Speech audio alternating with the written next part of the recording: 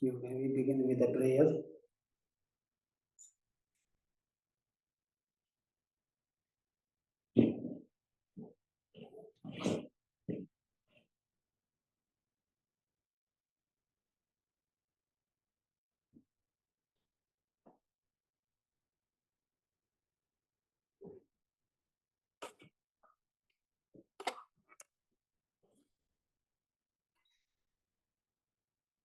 Okay.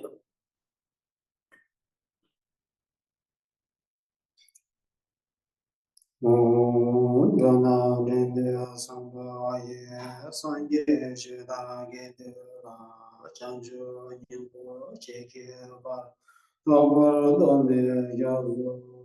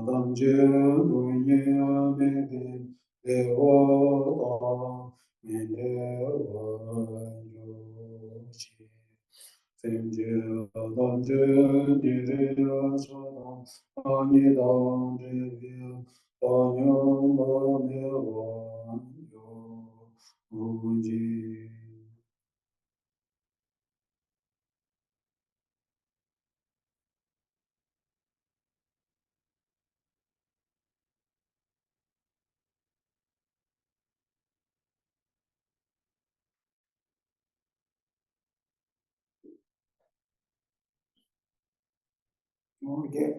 Good morning, everyone.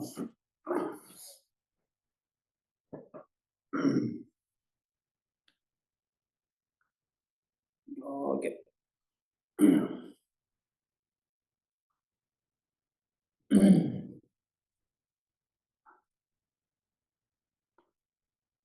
Then, so we begin with the uh, sixth preliminary practice. We continue with last week's discussion. So the great Master Tsongkhapa said, entering into this path is unfortunate.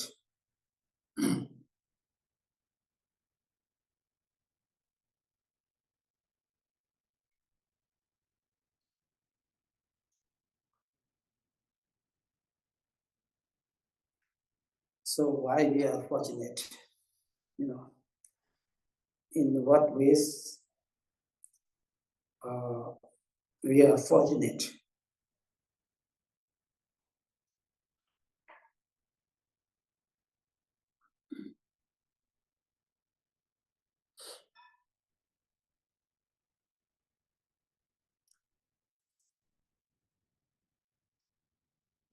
In what ways we are fortunate is because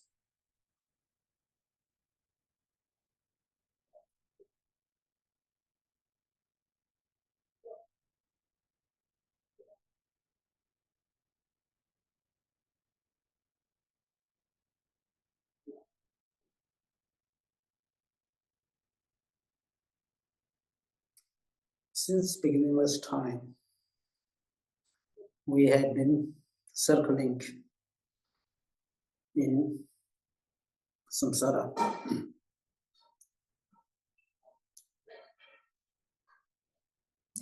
Without any pinpoint where our real the birth has started. We cannot pinpoint.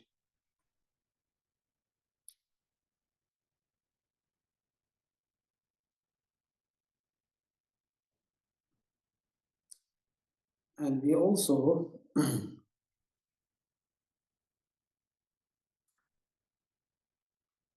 in many of our lifetimes,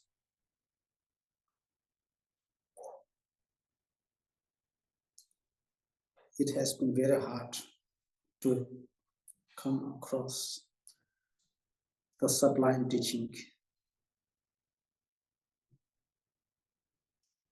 It is extremely, extremely hard to come by the sublime teaching which was being taught by Buddha.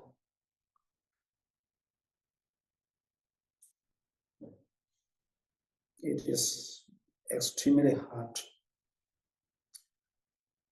to have born in the fortunate time, in the fortunate year.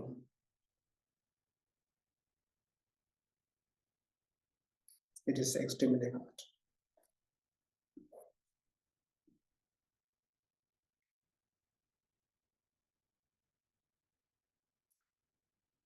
It is not only extremely hard to take the birth, to take the kind of the birth which is complete with all the external facilities and internal facilities to practice, to hear, to practice the sublime teaching.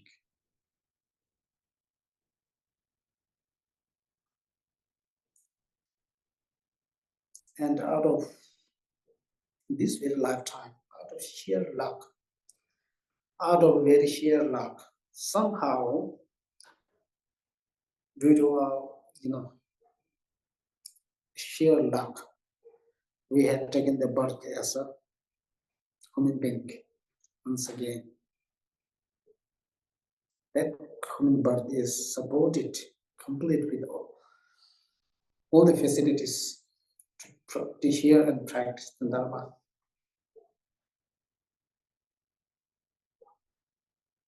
And more and greater, the greater difficulty is such that we have come across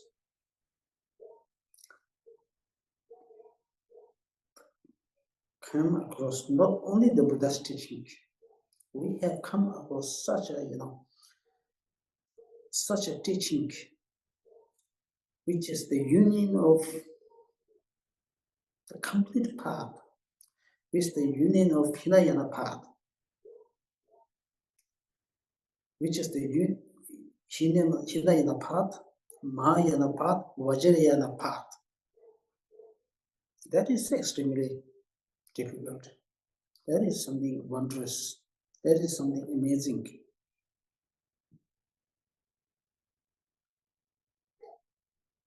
That is something really miracle, amazing.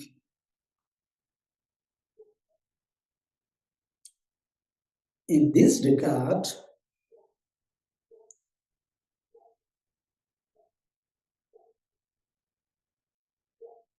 there is plenty of space for us to feel fortunate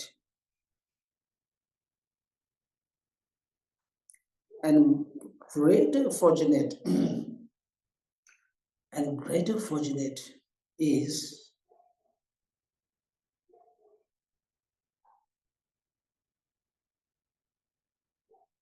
such that we have come across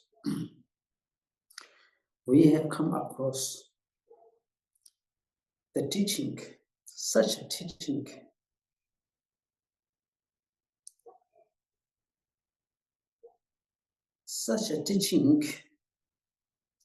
which contains all the special instruction,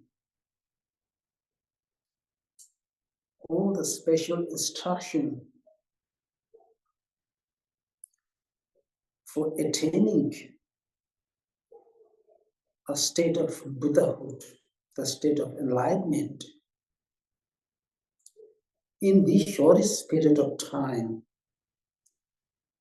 in this degenerate age. Now that is really, really amazing. If that is not fortunate, then how could we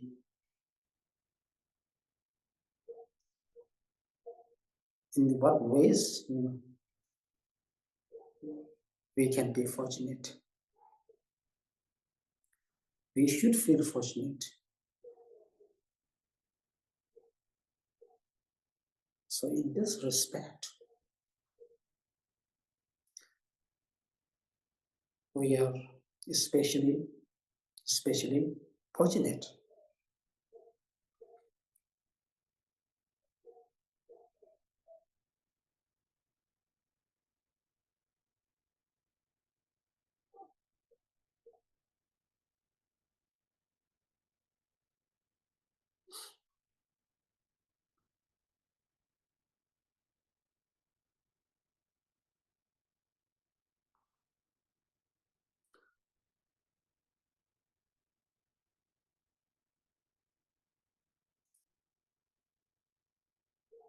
When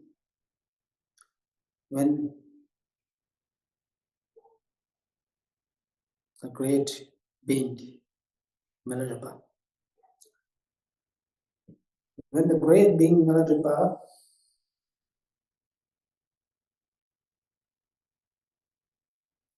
after he committed a heinous crime, he set out in search of the Dharma, the instruction which could help him achieve enlightenment in a single lifetime.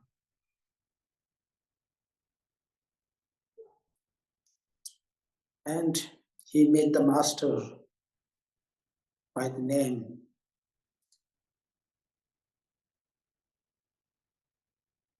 Rongden Lhagel, who told him, yes, I do have the instructions, a kind of instruction. If meditate in the daytime, would achieve enlightenment in the daytime. If meditate in the night time, would achieve enlightenment in the night time. Those fortunate ones, without need to meditate, would achieve enlightenment instantly.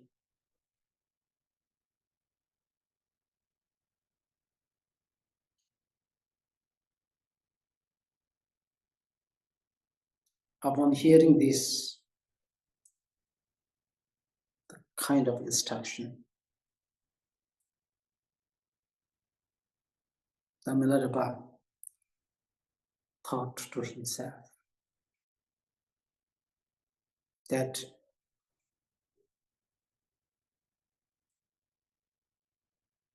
he learned the black magic,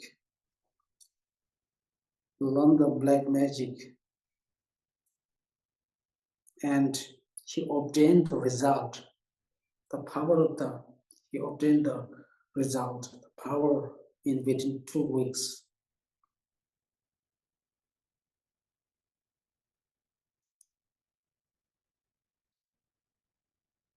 That is the case, he thought. That is the case. If that is really the case, of course, that is so simple teaching, simple instruction. I'm really great fortunate. So what he did was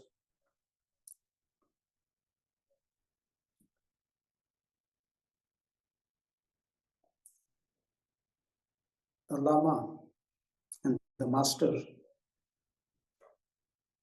by the name of Ramden Sagil, he gave the empowerment, he gave the instructions and instructed him to meditate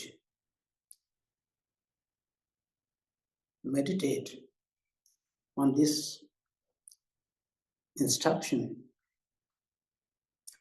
And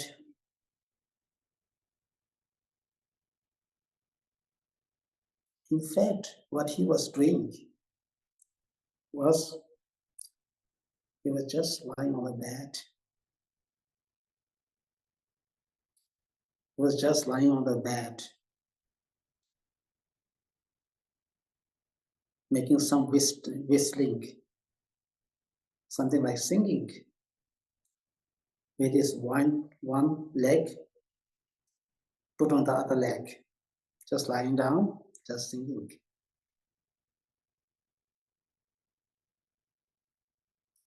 And finally, the master came and asked him, did you have some sign or some indication that you make progress?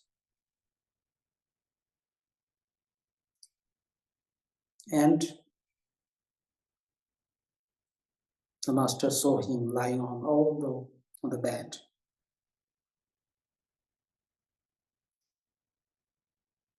The master said, right from the beginning, when you came here and see me, you told me that you are a great magician, that you are a great black magician. Now, what you are acting is really the case. Really, you are a great black magician. You are someone whom I can't tame. We have no karmic connection. The kind of karmic connection that you have with is somebody by the name,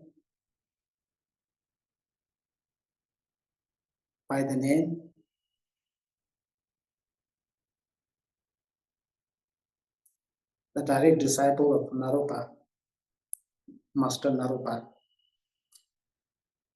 and who speaks 2 languages, who live in the place by the name of Lama Marpa, who lives in the great place Toholuk. So you go there I can't do much to help you make progress in your spiritual path, which make you achieve enlightenment in a single lifetime. And amazingly, surprisingly, when Milarepa heard the voice for the first time by the name of Marpa,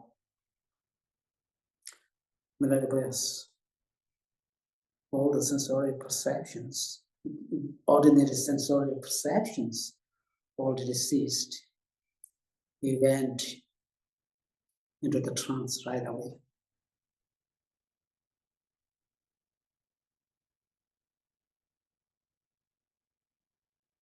And when he came back from this trance, he was filled with joy, the happiness, the tears coming down from his eyes. He was so overwhelmed with a sense of joy, the sense of bliss.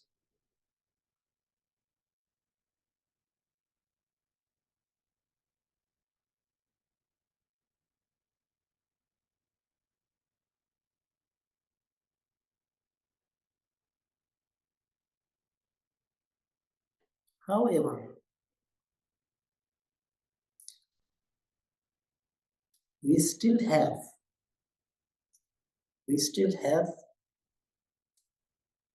another amazing instruction. We have another wonderful and amazing instruction. That instruction, what could be that instruction? That instruction or practice is not only that you do have to meditate single point only. You can do this practice when we are traveling, when we are sleeping, when we are eating, when we are taking a walk, when we make a journey.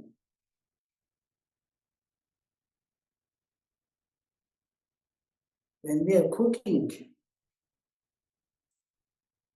when we are playing.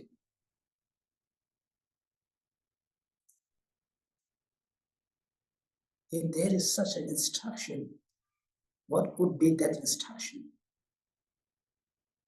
What kind of instruction is this?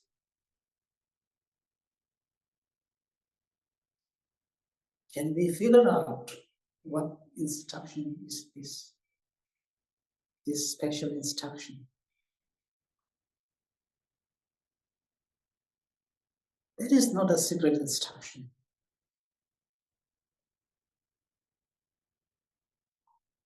We don't require to receive the empowerment, to receive the initiation,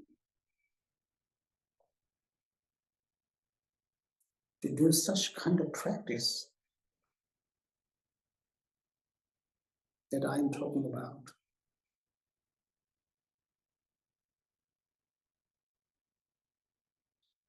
This is the unique instruction.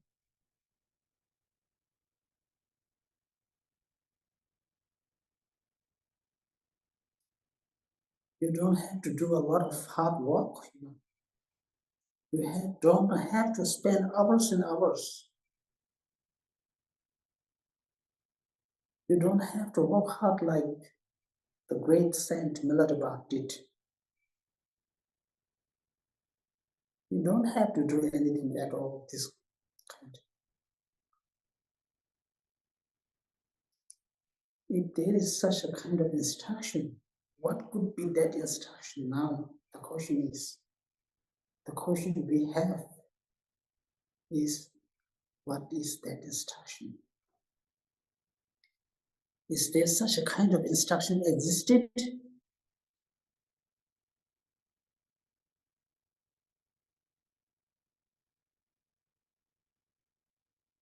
Who taught that instruction, that particular instruction?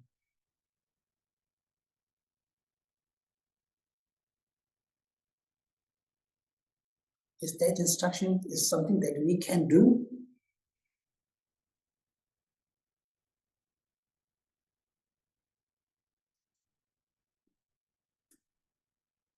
Do we have to leave behind everything? Do we have to sacrifice everything to do such kind of practice? All these questions popped up in our head, in our mind.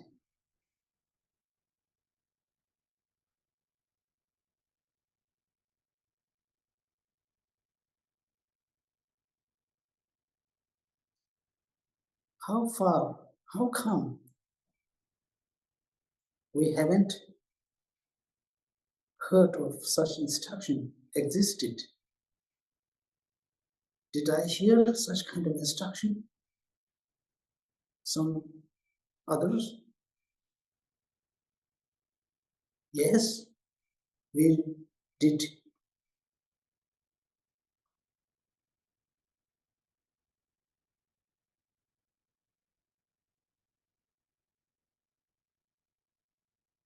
This is the profound instruction, profound practice. It is a symbol.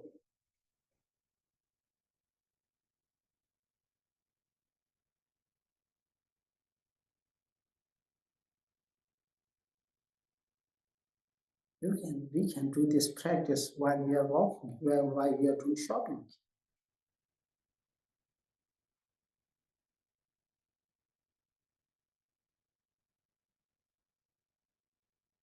Now we may wonder, what is that instruction?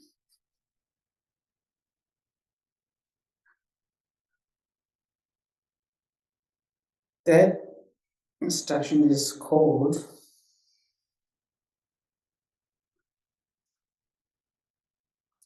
the fourth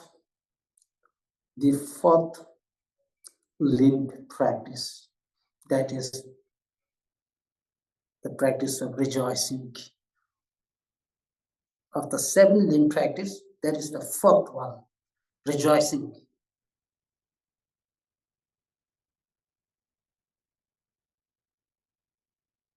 We have 7 limb practice, 7 limb prayer or practice. And that rejoicing is the fourth one. The 7th practice is the 5th preliminary practice of the 6th preliminary practice.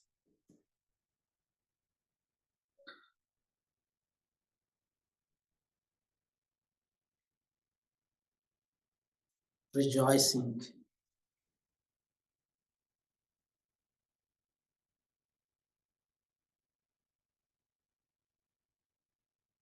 How it sounds, rejoicing. Yes, that is rejoicing practice.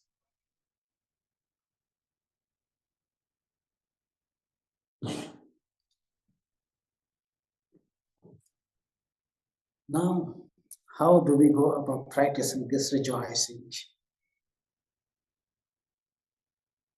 That is really kind of,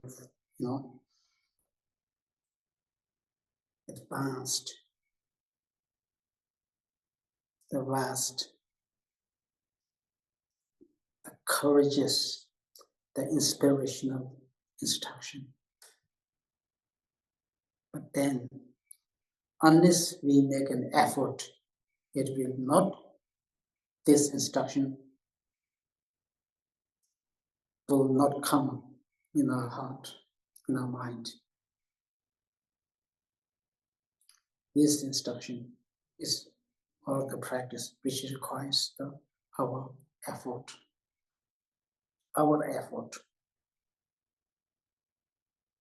Because this instruction, the instruction and rejoicing, is even the Hinayana practitioners cannot do. It is the practice of the instruction of the Mahayana practice.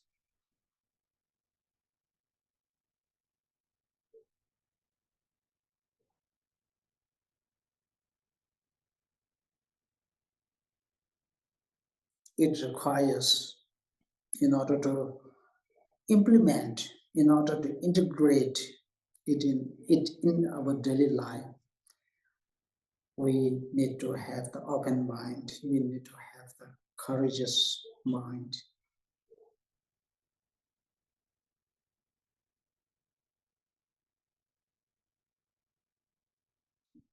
It will not come automatically in our heart, in our mind, and make us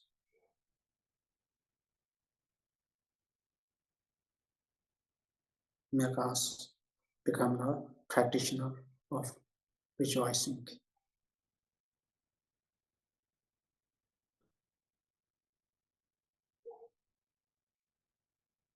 You see, the only thing on our part is just make an effort, just make a little effort.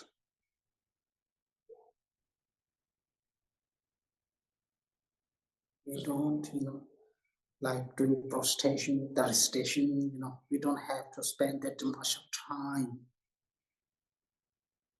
Physical hardship, verbal hardship is not involved.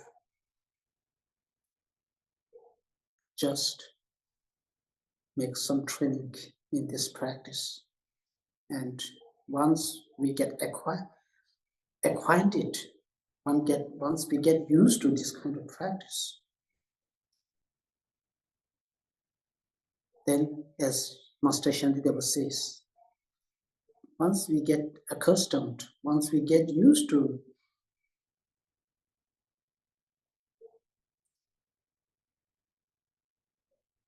the thing or the virtuous mind, there is nothing so difficult. Everything just become so easy task, so easy.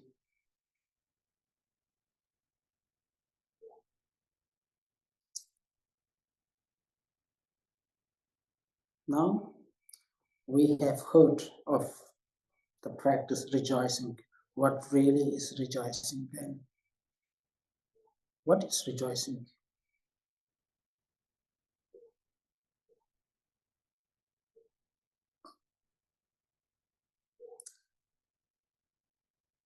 The rejoicing is a mental state. The rejoicing is a sense of satisfaction, the sense of joy, the sense of happiness.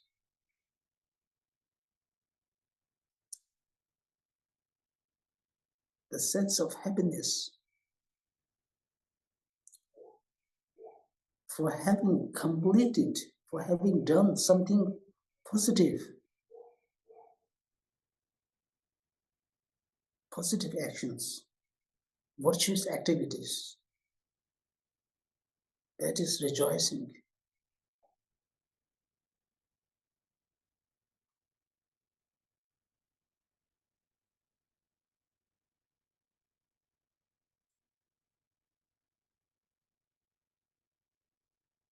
But how far we can practice this rejoicing, that really matters.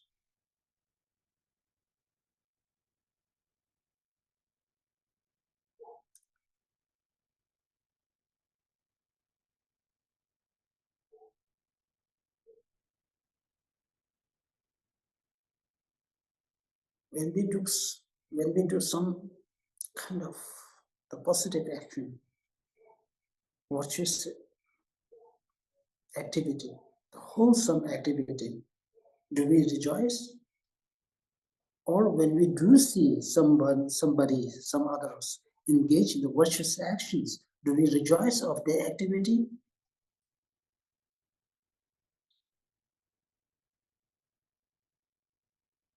If we do rejoice, if we do feel,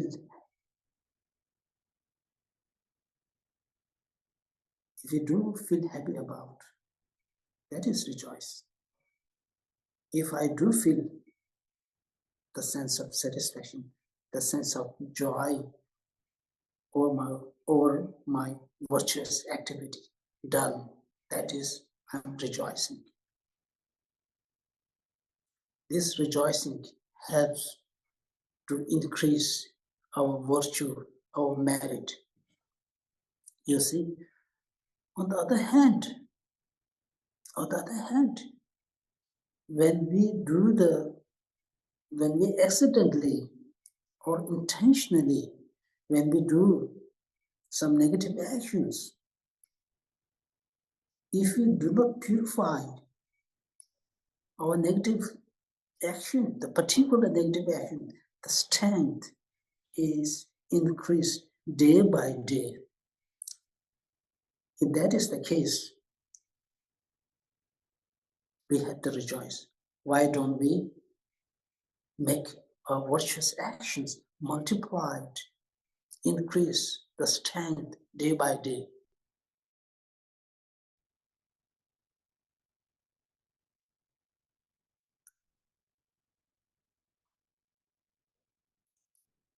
So when we do rejoice,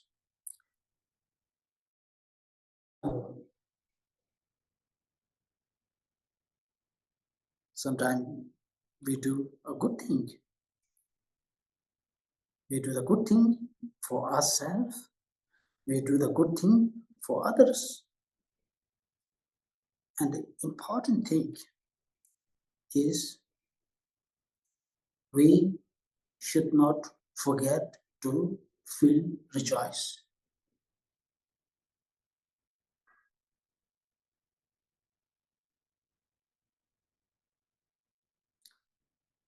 That rejoicing, the sense of rejoice, the practice or the practice on this rejoicing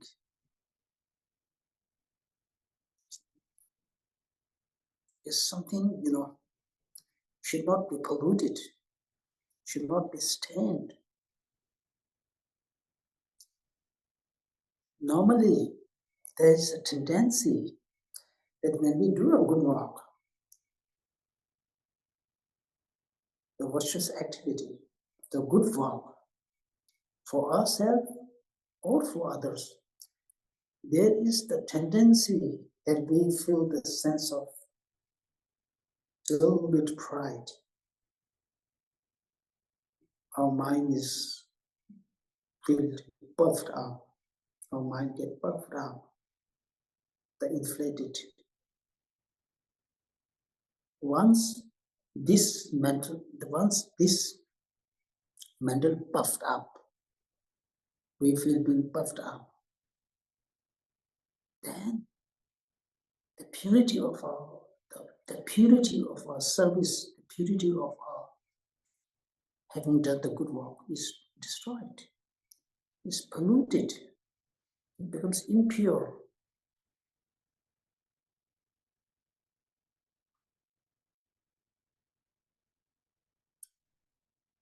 Similarly,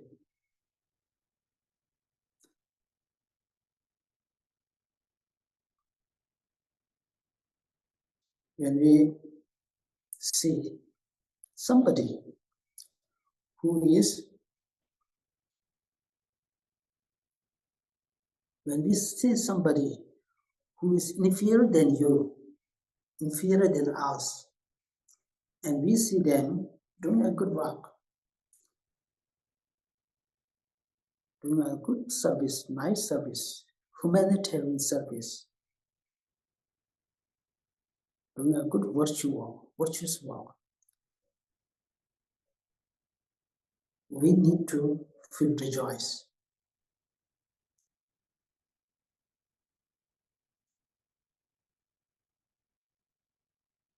A kind of rejoice which is not polluted by the sense of indifference, because sometimes it may happen, somebody who is inferior to you, say example, when this is the beggar, when we see this,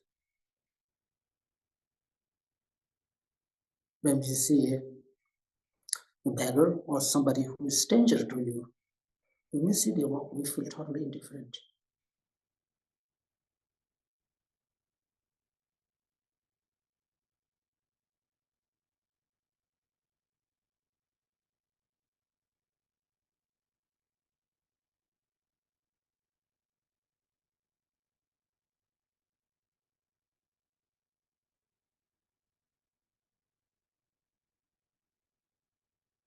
we feel rather ignored for others' good work.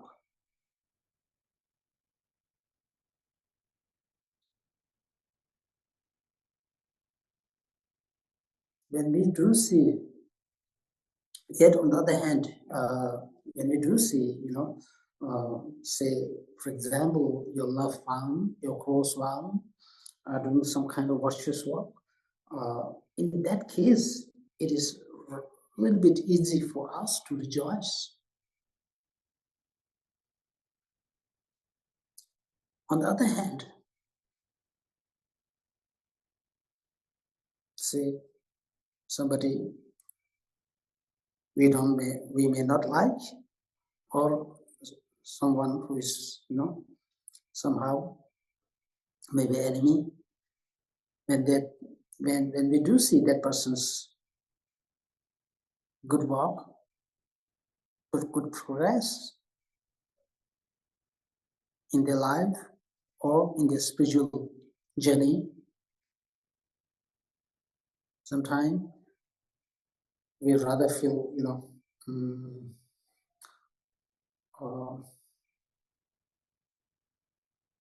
we rather feel unbearable, or we feel a little bit envious.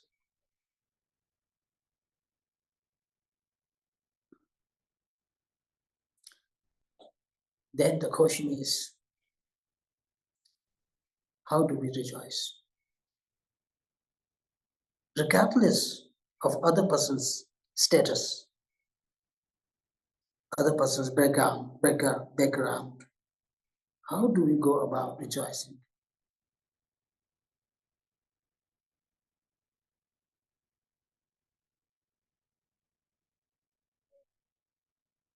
Now here,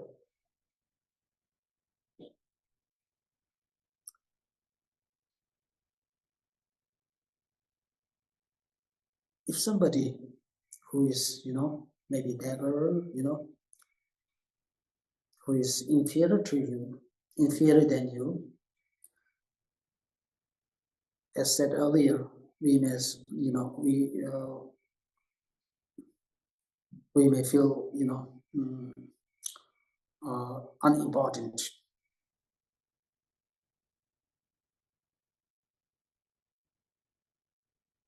We may feel indifferent of others, good work. The good work being done by somebody who is inferior to us.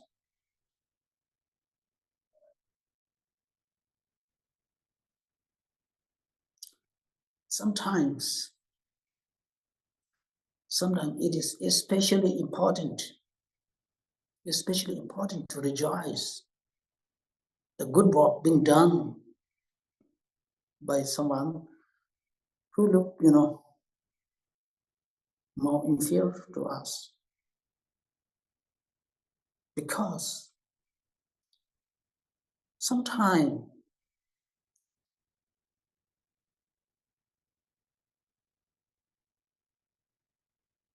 there are many benefits. There are many benefits for rejoicing. One of the benefits is Buddhas, the enlightened beings, the Buddhas, Bodhisattvas can come in disguise of a very ordinary, sometimes disguised as a butcher, hunter,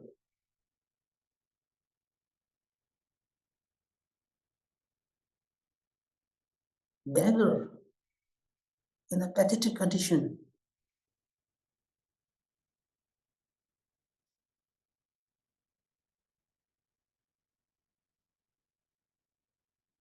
If someone says if the Buddha can come in disguise of an ordinary, very ordinary, disguised as a beggar, disguised as a carpenter, the butcher,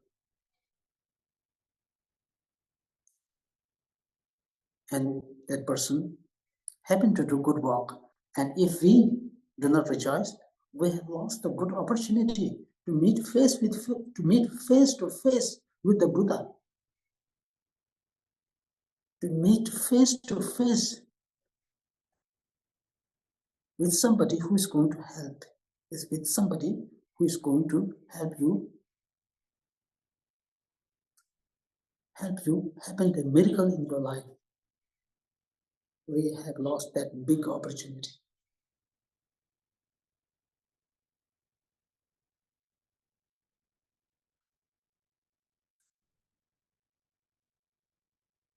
Give me an example. One time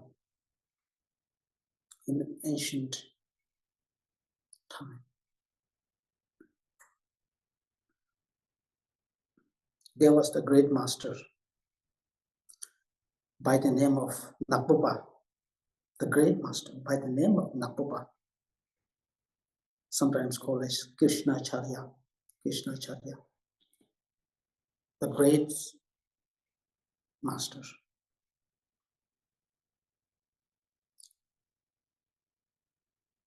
He was a great master, truly a great master, the yogi. So when he traveled, his feet does not touch the ground. His feet does not touch the ground. When he traveled, there are 7 umbrellas on the top of his head. Nobody is bringing the umbrella. The bell in Damaru ringing automatically. Nobody is doing this for him. It is all by automatically, naturally. So wherever he go, travel, this kind of thing happens. So one time, this great master, Napopa, he was traveling. He was to cross the one river.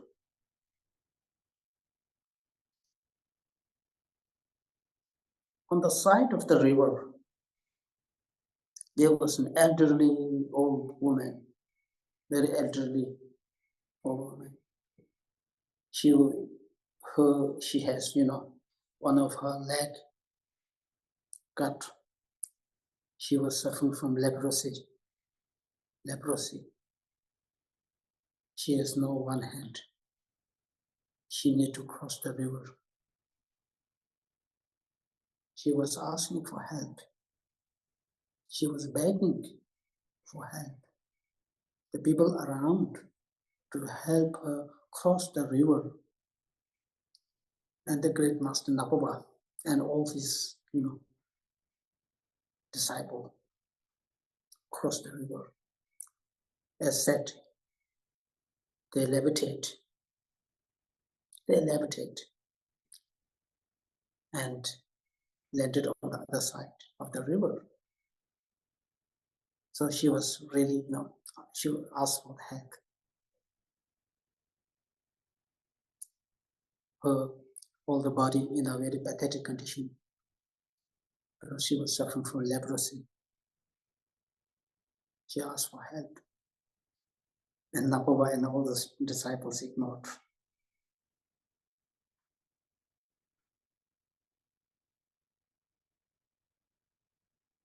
And then there was one disciple by the name of Kusali.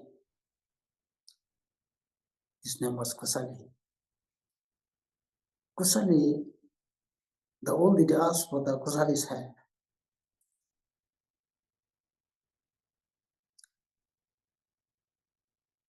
So the Kusali saw her situation, saw her pathetic situation. Kusali thought, what should I do? So he was not sure if he should help or not. So Kusali then thought, oh, I should not leave her in that condition. That is not good of him. So what he did, because Kusali was also a monk. Kusali was wearing the shawl, then he yellow he lay his yellow shawl on the ground, and then he put the old lady on the ground, and then he wrapped this shawl around her body. He carried on his back, and then they were crossing the river. They were crossing the river by foot.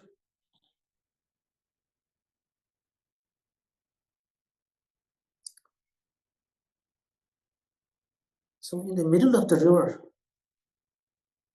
when Kusali was carrying her on the back, he thought, he was carrying the adult lady on his back.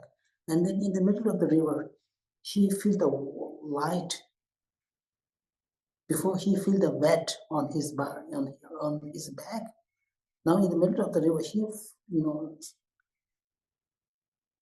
noticed the lightness on his back. There was no longer the burden. Then, in the middle of the river, she transformed into Vajrayogini. Vajrayogini is a Buddha, one female deity Buddha. Very popular, highly popular Buddha. I'm not sure if you have heard of her name, Vajrayogini. In the middle of the river, she transformed into this old lady was transformed into the Vajrayogini. And then she said, "Come, give me your hand. We will go to the Pure Land." So in this way, Kusali, they traveled to the Pure Land. She helped him to go to the Pure Land without abandoning your body, his gross body. This is one story. How sometime rejoicing and helping those inferior can turn out to be miracle for you.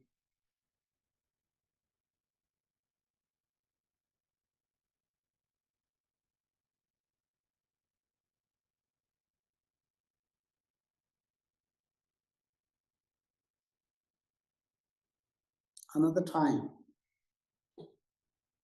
I will give you another account. One time, the same master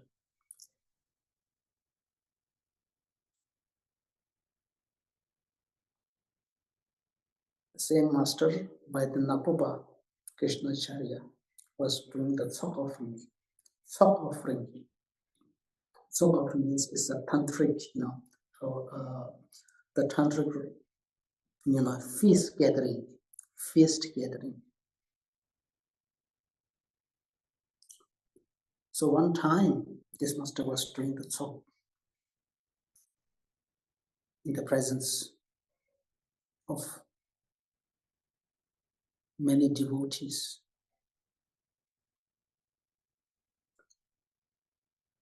They were preparing and doing the Sok offering. All of a sudden,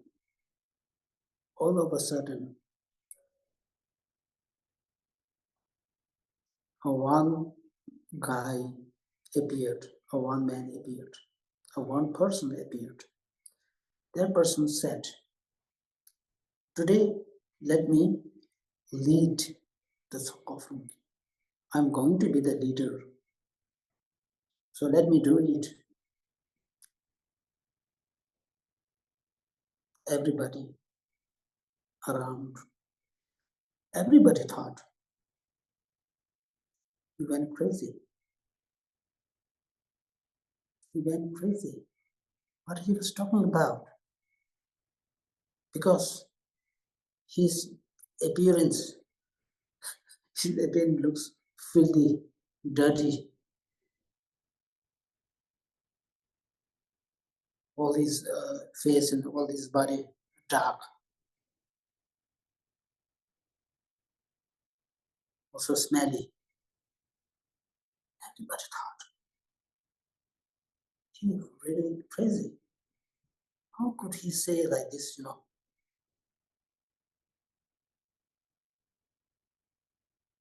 Then Napoba said, to lead this prayer. So this is, leading this prayer should be somebody who is really well versed in Sutra and Tantra teaching, Buddha's teaching, Sutra teaching and all the Tantra teachings. Very well versed, great scholar should be somebody to lead this puja, to lead this feast gathering. You are not suitable for that, to take the job as a chanter.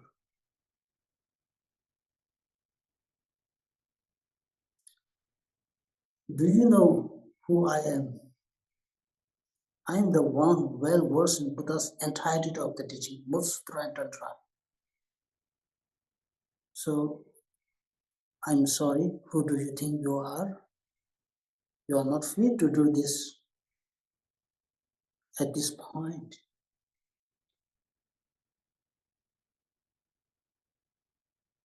This great master, this person who look dirty, smelly, and darkish complexion, he just be, he's become Herupachaksa Samhara. He's transformed into Herupachaksa Samhara. That is the loss of the opportunity.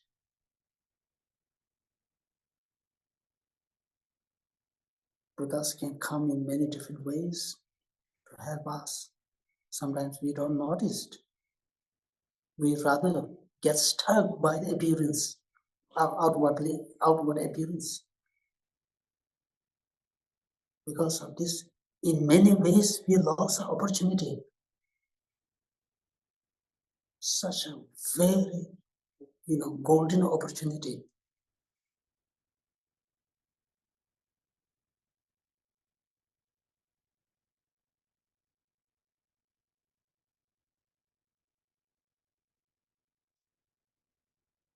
At another occasion,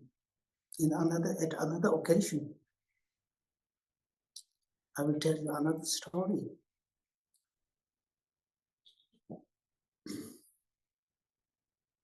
That was in Tibet. That happened, of course, in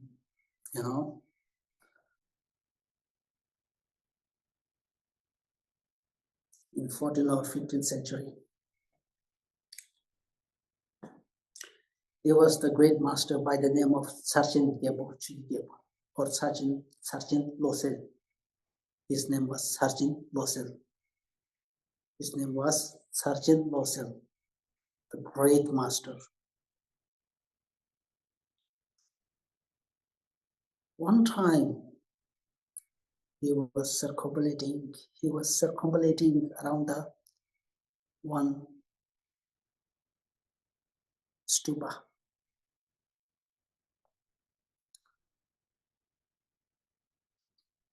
One stupa.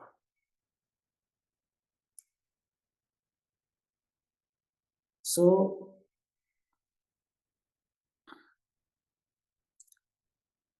while circumambulating the stupa, he came across one woman, one lady. Sarchen was this great master, Sarchen Losel, was a monk. So on the way, they came across the lady, and then the lady was, eyeing on him, and then he got a little bit annoyed.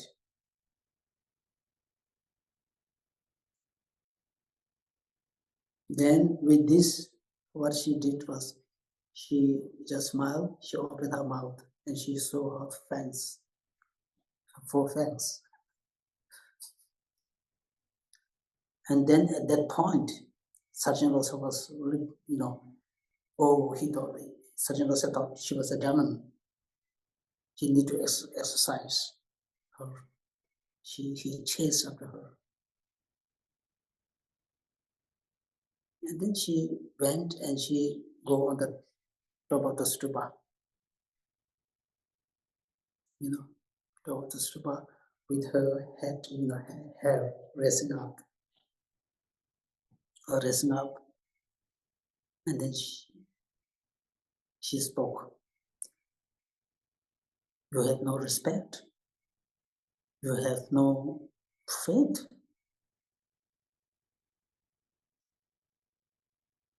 In a very loud voice.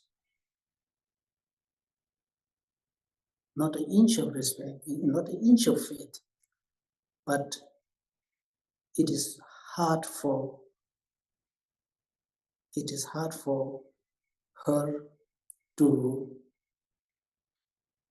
disassociate, hard for her to cut all the relations, cut all the connection, because they have been connection over many lifetimes. Then she told, I will see you in Blood Drinkers Mountain, and I will see you in Pembo area.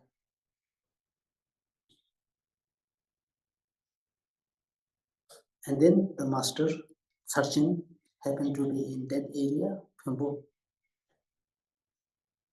And then she, and then again in Pembo, when he was riding the horse, a big ball of fire came down near him.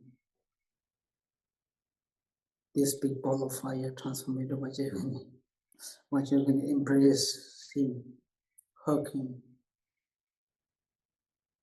which helped him develop bliss for 2 weeks, 14 days. And then later on, he wrote many wonderful practice on Vajrayana. He said, all my knowledge comes from the warm breath and the experience of Vajrayana. It is not from the book.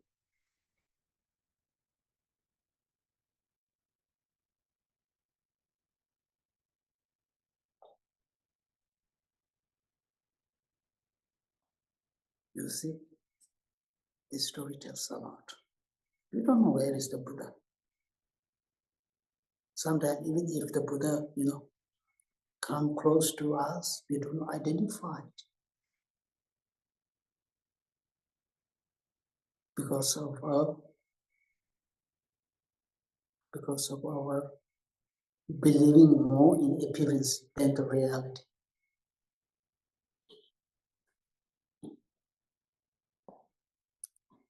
In many ways, Buddhas come in disguise of very ordinary, very, very ordinary. But then all what we have done is we lost the opportunity. We miss all the opportunity. They really try to come to help us, but it's like we are pushing them away. The opportunity is being provided, being given, but somehow we lost the opportunity.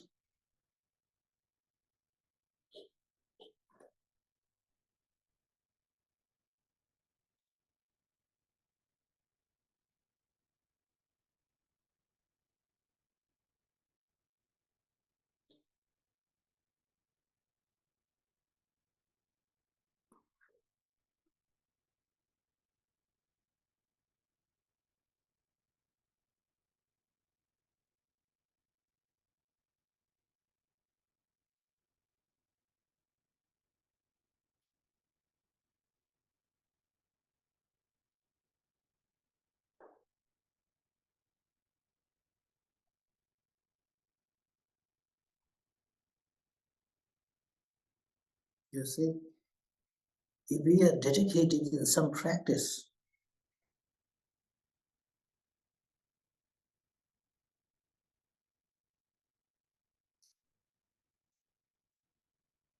those enlightened beings are ready to help us.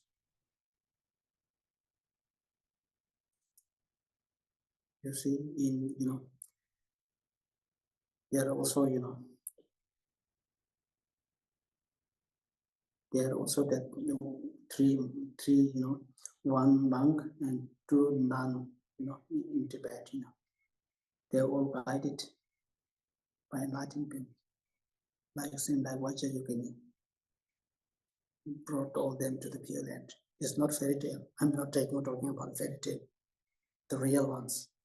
I'm talking about real stories. They all landed to the Pure Land.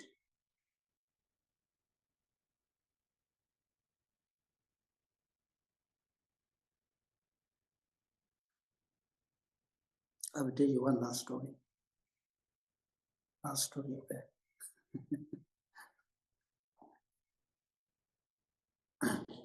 One more story I will tell you. There was one master, again by the name of Purang Lotsawa.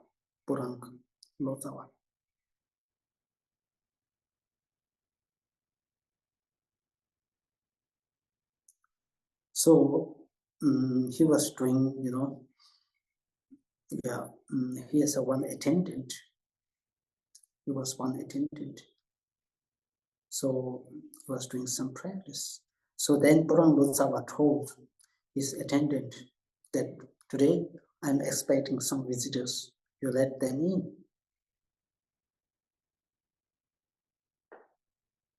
You let them in.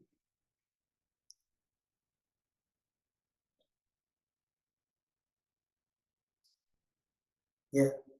Then after some time, one guy came, a little bit tall, with all the beard, and a little bit also tall guy. He came, and then he with four other sisters. Four other, sisters look like, maybe nun, wearing the red dress, So then,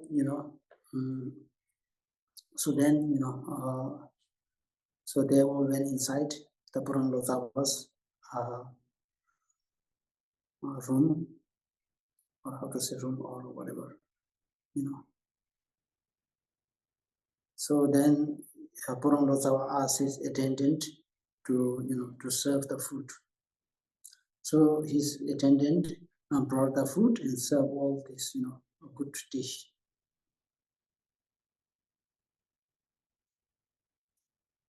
So with this, then Purang Lotsawa told him, until I call you, don't come inside. Until I call you, don't come inside. You just, wait. Then, they closed the door. So they was doing something, So all of a sudden they heard a voice, some kind of voice. So he got, he became curious. The attendant became curious. What's going on? So he went inside and peeped, look at through one hole. What he saw, what he inside, he saw was the bird guy was the Javasambhara Buddha sitting on the throne. All these four then look like none, right? This already transformed the four dakinis. The rays of light coming on this Purang Lotsawa, the rays of bright light come. And then after a while, when this attendant went inside, nobody there inside. Purang Lotsawa was led to the Pure Land. Purang Lotsawa was led to the Pure Land, Ichara. Later on, this kind of, the kind of episode, this kind of short piece of, matter, the leak out. And many people believe that the Purang Lotsawa was killed, murdered by his attendant. And then some believe, no, he was not murdered. He went to the Pure Land of Kichana. but most probably he was definitely not murdered. He went to the peaceful Jarasambara, and the four Dakinis led that Puran Losawa to the Pure Land without need to abandon the body. Some people recognize the opportunity, the golden opportunity. They see the golden opportunity and they recognize at the right time. So the miraculous thing happened. But in many of us, we don't recognize that. So sometimes we have to live here, impure society.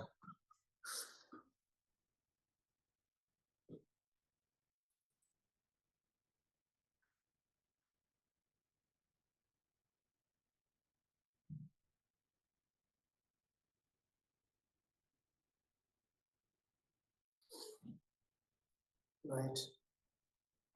So these stories, what they tell us, these stories tell us a lot.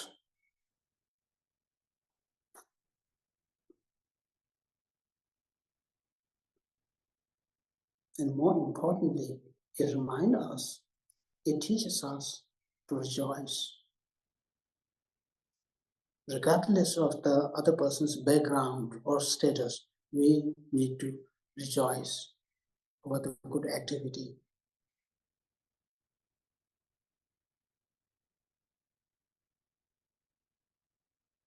Regardless of your loved one, your stranger, enemy, whatever.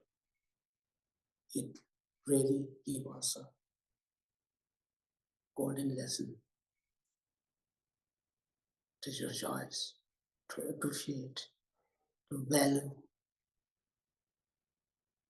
others' good work.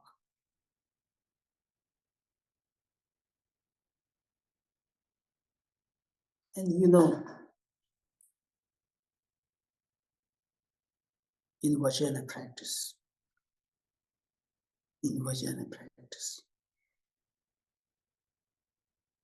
especially if you are the one who is doing the practice, a special practice, a very unique and special practice like Vajrayana. If you do not rejoice for somebody's, especially those as said earlier that Vajrayana can disguise very, very ordinary. And if you do not appreciate somebody who come as a very ordinary, we don't know right. However, if you do not appreciate those, especially those inferior, you lost a big opportunity. That is your big surprising. That is your big shock. You lost a very, tremendous golden opportunity.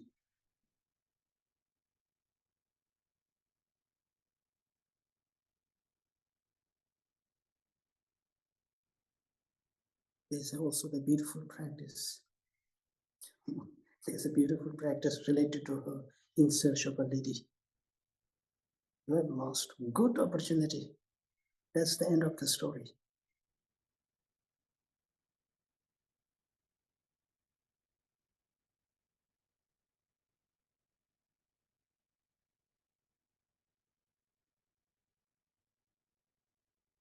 And you are done. So therefore, rejoicing, appreciating, admiring, rejoicing over the good work of the others, especially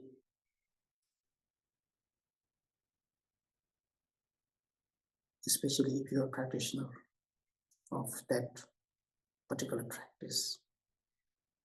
You are going to meet with many,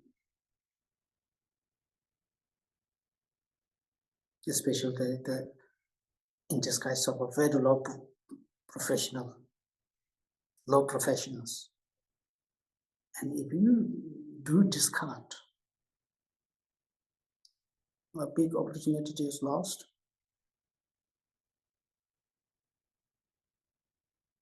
But still, you are going to have plenty of golden opportunity away awaiting.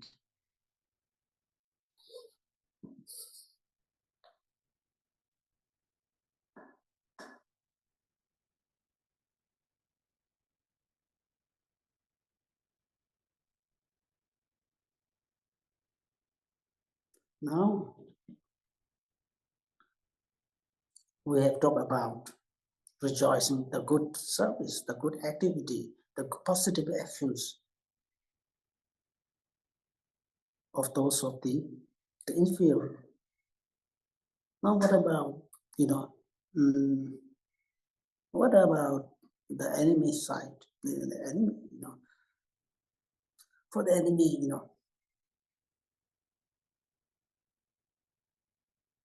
so it is important to, again, of course, this, it's not that easy to rejoice for the walk of somebody who brought you harm.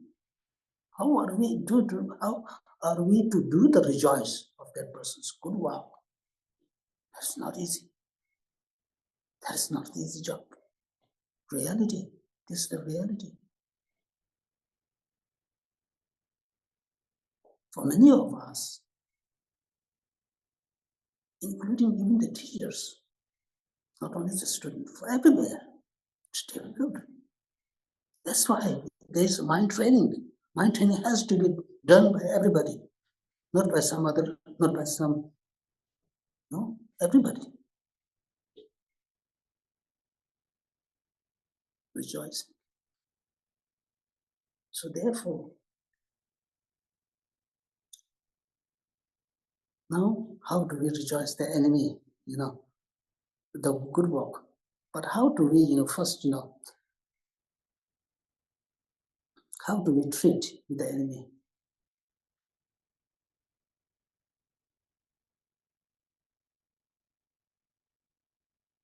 The first is how do we treat the enemy? Enemy is. So sometimes this really helps, because when we do see the good work done by the enemy, yes, we develop the sense of envious, we develop the sense of jealous, the sense of competitiveness. That's the reality. This is real.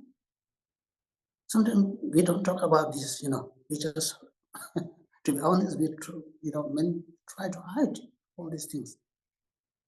So if you hide, there's no progression, there's no improvement among practice, spiritual dharma. So therefore, the first how to treating with the enemy is the enemy enjoy the life. Again, that is not easy, So the first thing is to be done is the enemy faces the problem, the same like you.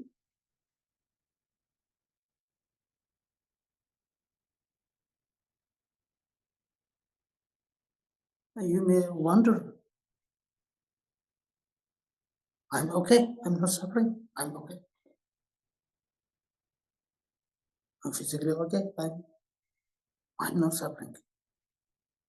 We used to say, I'm physically okay, I'm doing fine.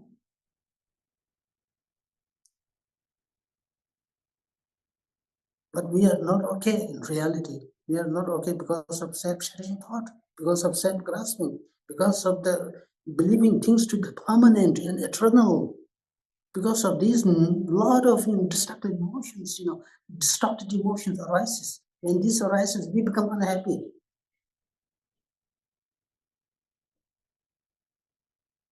This is the real, again, real. We are not talking about a cloud, up on the cloud. We are talking real life.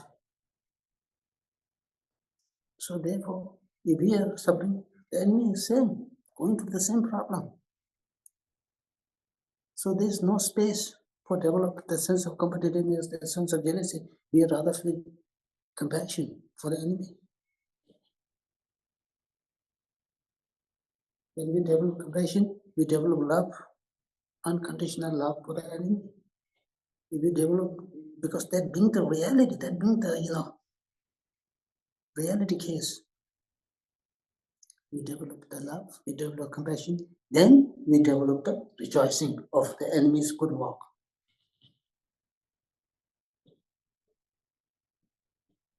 Otherwise, without thinking along these lines, it will never happen. Rejoicing of the enemy's good work.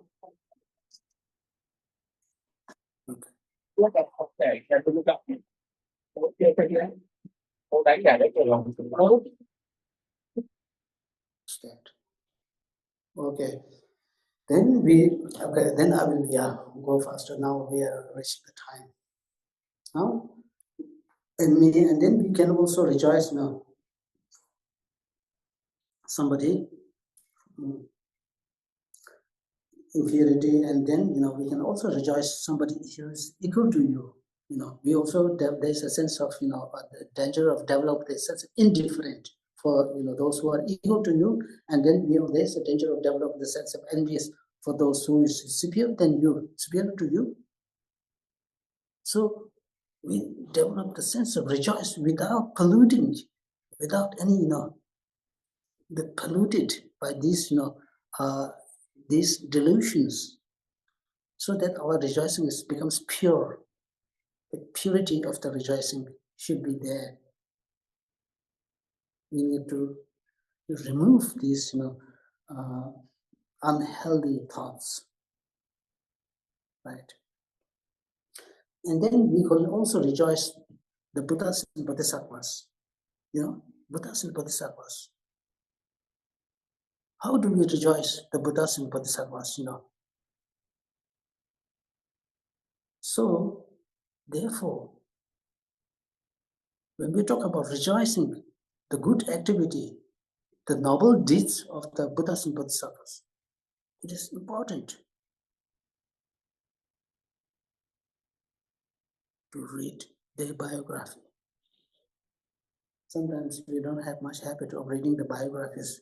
We have to, if we were to learn, if we were to, practice rejoicing, read the biographies of the great masters, the Buddhas, Shakyamuni Buddha, Buddha Maitreya,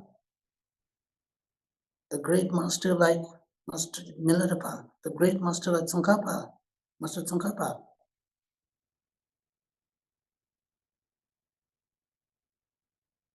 There are limitless great numbers like the clusters of the sky, the great accomplished, meditational, scholars and masters produced. Read their biography. Then we have enough space to develop the rejoice.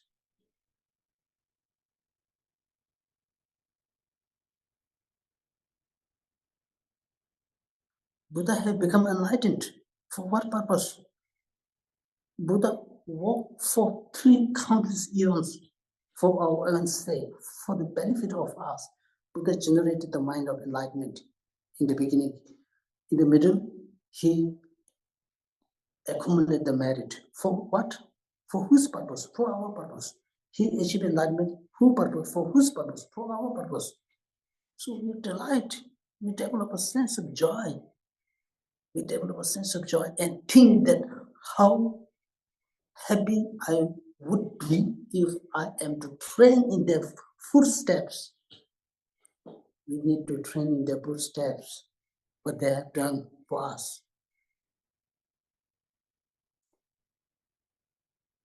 Then we have, when we read the biographies of the great masters, there's a sense of joy, there's a sense of happiness, a real sense of satisfaction, a joy. Sometimes it makes you the mixture of sadness, the mixture of joy, the happiness, the inexpressible and unspoken joy deep within.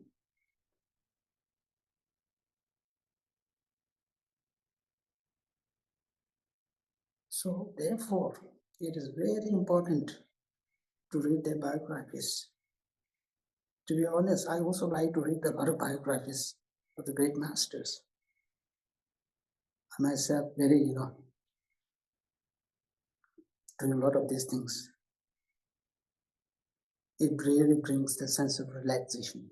It's like kind of medicine. All you learn is all the good things in their biography, not a single unhealthy things. Our mind is never get unhappy, never feel bored when we read their biographies.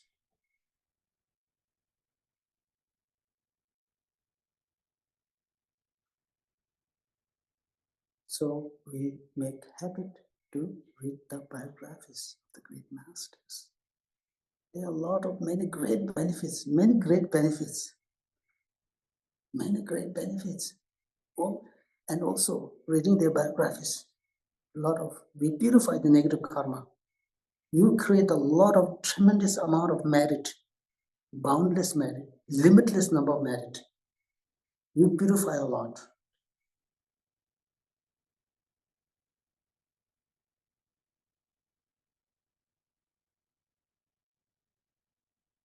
And this is the power of the antidote.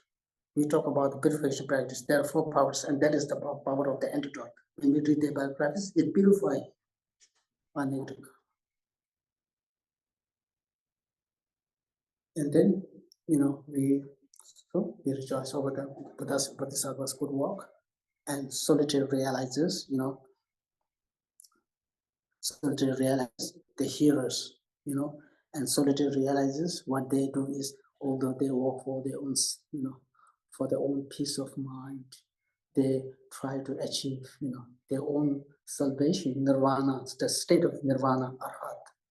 And what they do is, sometimes they do go to cemetery, funeral ground, and they spend, years and years. On their cemetery, they pick up the bone, the ash, and then think, where do this ash come from? In this way, they learn that the 12 links of dependent origination. How do we circle in samsara? Through the 12 links of dependent origination. And in this way, they cultivated the spiritual path, and they finally achieve their own state, the nirvana, the blissful state. So we rejoice. What actually the solitary realizes and hears what they do, because they learn that much of the pain and suffering is all arises because of ego. So they try to remove this ego by thinking on the 12 links of dependent origination at the place of cemetery and funeral ground. This is what they do.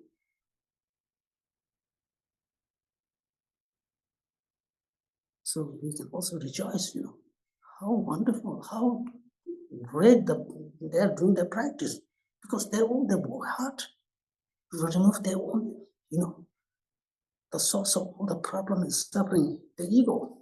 It's the self-centered attitude. So they try to remove this. They work hard, and they really do work hard to remove this from their mind. In this way, they finally remove, and they enjoy the bliss in their own blissful state. That is what is called as nirvana, moksha, liberation.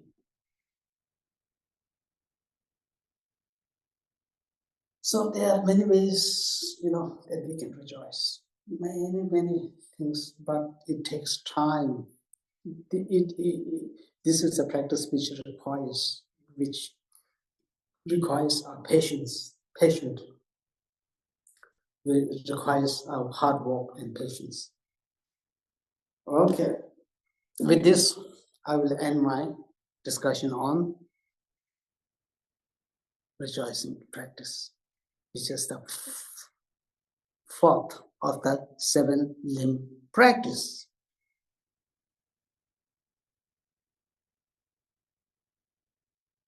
Now the next we discuss about requesting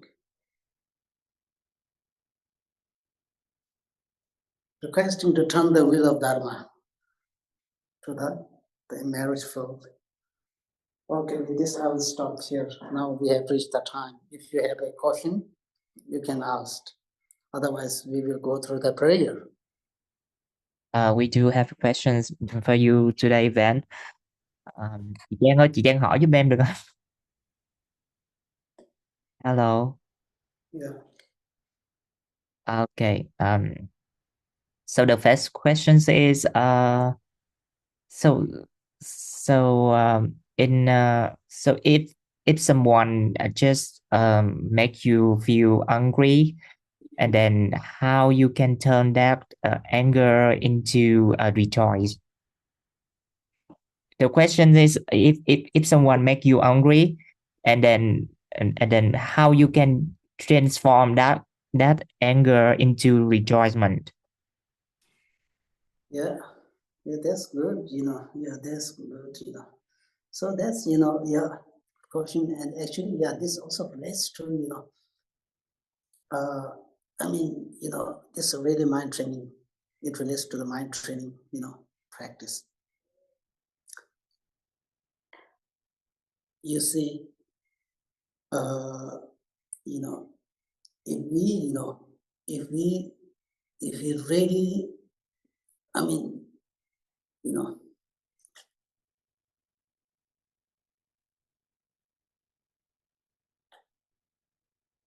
there are 100 enemies. There, for example, there are 100 enemies. I have 100 enemies, for example. If I try to destroy one enemy, or 100 enemy, or one enemy, there are 10 more enemies come. If I destroy 10 more enemies, 100 enemies come. If I destroy my own, anger, all these 100 people become, this is how you can bring under your control, only through love, only through compassion, right? And so the main, the practice involved, transforming adversaries into the advantage is, we, it is very important the thing, about the defense of, the shortcoming of our own self-judging thought, Once we are able to reduce the self-judging thought, everything is pure. Everything you see is pure. You become instantly happy. We think about the benefits of the cherishing the thought of others. So that is the powerful practice. It instantly, before we are too tight. We are too tight. Our mind is not easy to let go. Once we think about the shortcomings of the self-healing thought, and think about the cherishing the others, your mind becomes very relaxed. You feel much happier. We feel much happier. Not only you, of course, everybody. If we do practice, our mind feel much happier, more relaxed, and also, even, that's why we say, mm, uh, mm, uh, for example, right, for somebody is your enemy, or somebody make us, give a lot of hard time, I mean, small angry is understandable, very understandable, But sometimes, things come, become such way it is very difficult. Our mind get fixed. We are not ready to change. In which case, the great, the master, Geshe Master Lalutamba, 8 verses of mind training, he said that one's enemy is your supreme teacher, sublime teacher, because he gives us a lot of opportunity to create the merit, although that person has no good motivation. As far as his motivation, other person's motivation is concerned, it's a harmful motivation. But the situation makes you accumulate a lot of merit, create a lot of merit, because through patience, you are accumulating a lot of limitless number of merit. If there's even, when it comes to patience, even, your loved one cannot teach us. Now, who can teach the patience? Your enemy teaches you. Your enemy makes you a stronger person, a better person. giving you a lot of opportunity for your own transformation, spiritual transformation. Sometimes things go easily here. There's not much transformation happen like this. Sometimes when we face with a hard situation, difficult situation, this makes you stronger, transform your mind, which helps you transform your mind to become a stronger person.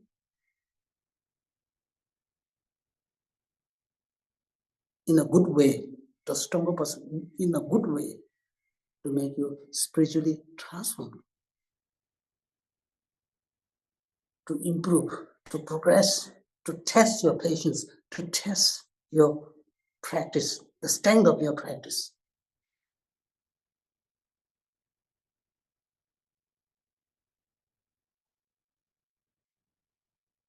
Sometimes, there's a tendency, when things are good, when everything goes, we are a practitioner, I'm doing practitioner. When difficult things happen, test. Are we able to keep the calm mind, to maintain calm mind, to really show the strength of your practice? That is the practitioner.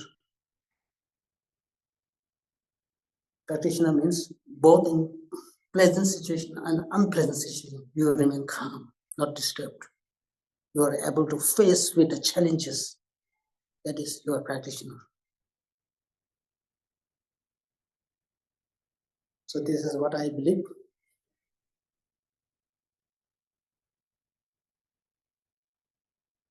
So, only through positive emotions, only through love, the sense of caring, the compassion,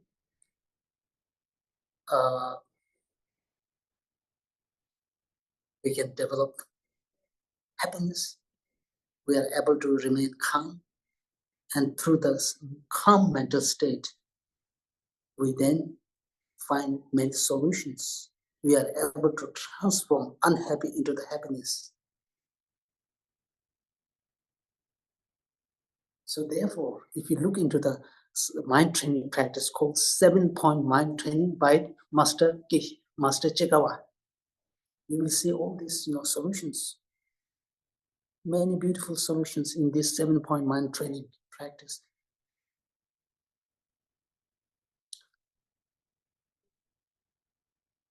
That we are able to transform the misfortunes into the fortunes, transform the unfortunate situation into the most beautiful situation, into the pure land, the situation of pure land. Right? So it is wanted through, thinking about the, cherishing the thought of others, that we are able to reduce we are cherishing, and also we are able to remain calm.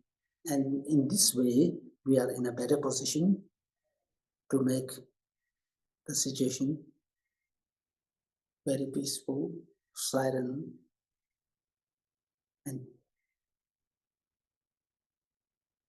positive.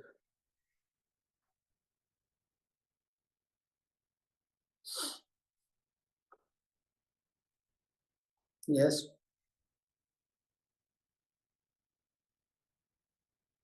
Yes, thank you, Ben.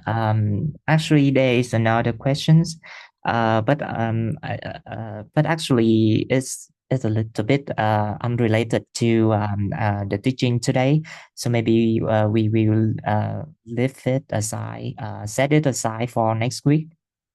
Because the student asked for you to give her, some explanation or details about the rainbow body of some gray master. So I think it's a little bit too long for today, right? Which one? The rainbow body.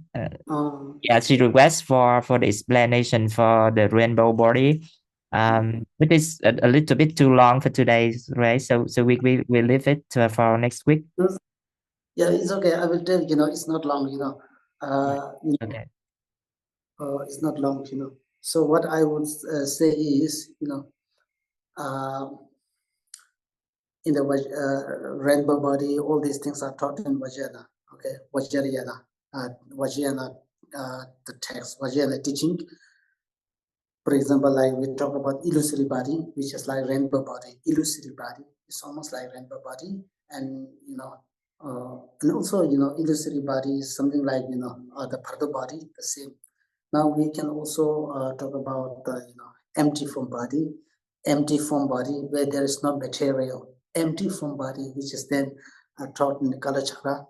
And then we also talk about the rainbow body, and this rainbow body mostly taught in the practice like Mother Tantra, like Vajrayogini practice, Siddhamanitara practice, and this, and also in some other teaching like Dzogchen practice, in Dzogchen practice, Nyingma Dzogchen practice, you will find the practice of accomplishing the rainbow body. But in order to explain the rainbow body, in order to explain the empty form body, in order to explain the illusory body, we cannot provide. I cannot provide to get the clear idea of how the rainbow body is created, how the illusory body is created, how the empty form body is created. You need to receive the empowerment, because without receiving the empowerment, because the method for accomplishing this is taught in the highest yoga tantra. So that means you need to receive the highest yoga tantra empowerment. Only then I'm happy to explain how the illusory body or the rainbow body is really created. Right? Yes. Yeah, so that's it then. Yeah.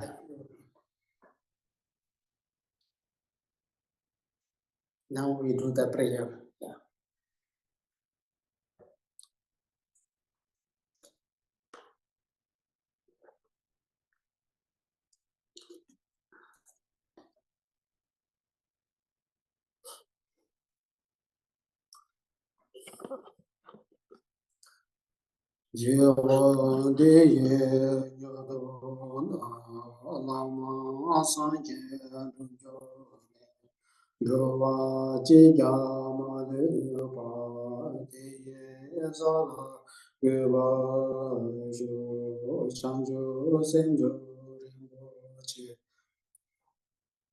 Ma ye pa na ye cho chi ye wa ye ba ne ba ya ma ne kong do be wa shu yang da da wa ren bo chi ma ye pa na ye cho chi ye wa ye ba ne ba ya ma ne kong do be wa shu tong wa tang ni te ba ba Tenpa dani rewa yi, dani senje tangje gi, nena gyöngya shi yo ji, saso jungwa chenpo na, nanga shinto daba ya, senje pado me ba yi, nama nyenze shi yang shu, jise nanga me ba da. Roa desi ne yo ne, desi dani ne yo ne, dove doni syo shu. Tene jezi o ma tu ji ji, ma yo do di di do ni, ma le tanda da la mi ba da ge de de shen la ta wa yi. Rô điên đòn điên bờ chín điệu dòng bè bao luyện chỉ ta rơi chín ba ta cùng đồ sang đồ tê ya tê xí tê tê la chuyên thiện chế số đa lô chi ye wa đê đa thang chế đa tu sung xie mian ye wa tam ji ki mo wa gang la chou du ma ba da ye ye le za wa ye yu ja sang bo je je ro bo wo ye ye ye ja wa gun do sha be bo je chang wa ce yu bao me ce ye wo do ze yang da le de da be cho ye che sha be do je wo da de sho da de yang de da wa ma ye de chang se zhe zhe ren jie ma ta le du du wa xin ye ba re wang ba re do xin ye xin wa re wa ren bo re xiang de shu te de ye de ren lo pe me ce sa song do ye se so pe me ye ka ye ga ye xin ye nam ye no zhi le na ye xin ba cha shu 每种世界也别去吧，跟着路过那边吧啦，也老上大北多多也，人们的感觉到了路上，我们。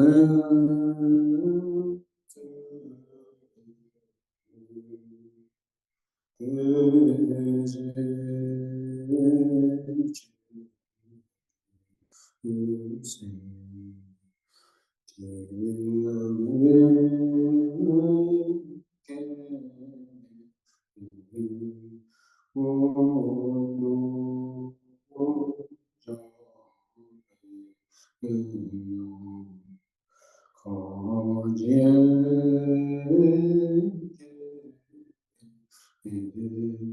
作业做多少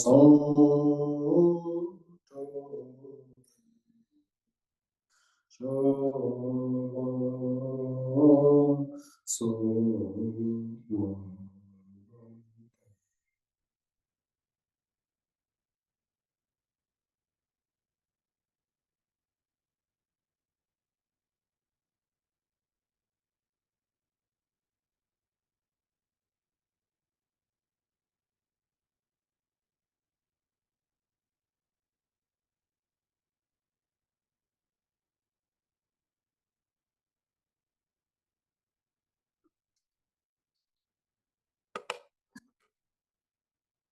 Okay, Thank you, thank you.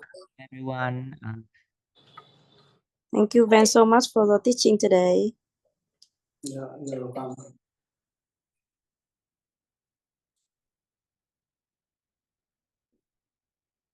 Cảm ơn mọi người đã vào Thank nghe. you, Van. Cảm ơn ban tổ chức, cảm ơn thông dịch viên hôm nay ạ. Dạ, cảm ơn Linh Lan. Chị Trang ơi, chị Trang có muốn nói gì không chị Trang? Cảm ơn Chắc thầy, không, cảm không ơn cần ban đâu tổ đầu tâm. chức. Dạ, hẹn gặp lại mọi người vào tuần sau à.